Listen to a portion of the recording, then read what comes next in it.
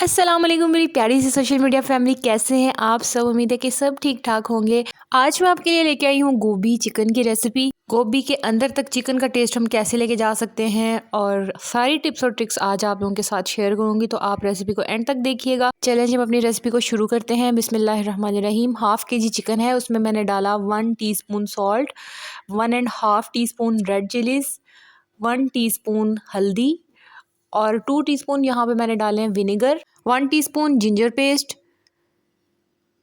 1 teaspoon garlic paste. बस ये simple से इंग्रेडिएंट्स हैं जो कि चिकन मैरिनेशन में हम यूज़ कर रहे हैं।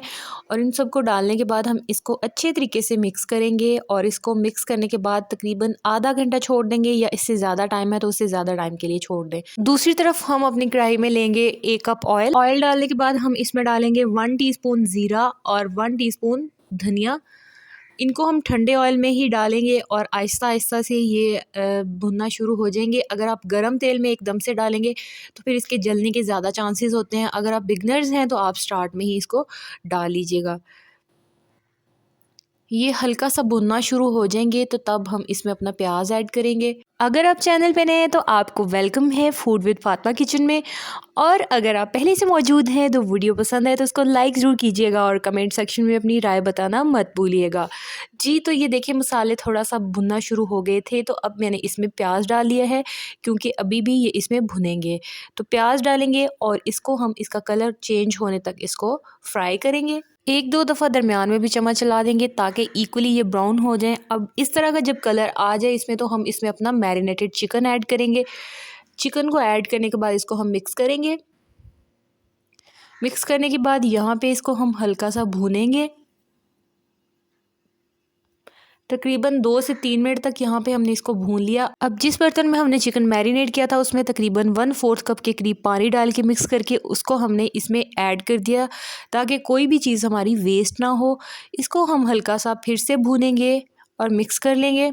अब हम इसको कवर करके 5 से 6 मिनट के लिए पका लेंगे। यहाँ पे 5 से 6 मिनट हो चुके थे और चिकन जो है वो गल चुका था। अब हम इसकी अच्छे तरीके से भुनाई कर लेंगे।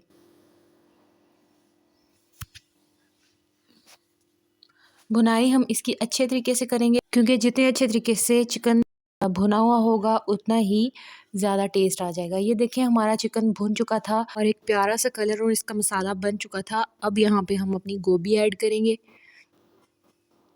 ये जी, मैंने इसमें गोभी ऐड कर दी है। इसको ऐड करने के बाद इसको भी हम हल्के हाथों के साथ अच्छे तरीके से मिक्स कर लेंगे ताकि बोटियाँ वगैरह टूटे भी ना, ये अच्छे तरीके से मिक्स भी हो जाए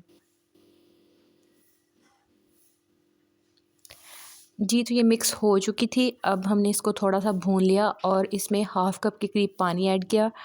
पानी ऐड करने के बाद इसको हम कवर कर देंगे और इसको यहाँ पे 4 से 5 मिनट मीडियम हीट पे इसको हम पकाएंगे।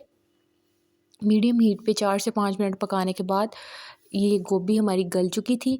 अब हम इसको गोभी को भी भून लेंगे। यहाँ पे सिर्फ गोभी को हमने गला के नहीं छोड़ देना, बल्कि इसको भी हमने भूनना है और इसको भी चिकन जैसा हल्का सा कलर देना है। इसको हम हल्के हाथों के साथ चम्मच को यहाँ पे चलाएंगे और इसको भूनते जाएंगे। और ये हमारी गोभी तकरीबन रेडी हो चुकी है। इसका अच्छा सा कलर भी आ चुका है और यहाँ पर मैंने धनिए के साथ इसको गार्निश कर दिया है। तो ये देखिए, माशाल्लाह कितना खूबसूरत सी हमारी ये सालन जो है वो रेडी हो चुका है। तो आप लोग भी इस तरह से ज़रूर बनाइएगा और मेरे साथ फीडबैक भी ज़रूर शेयर कीजिएगा। आऊँगी अब मैं अपनी अगली रेसिपी के साथ, तब तक के लिए अल्लाह हाफिज़।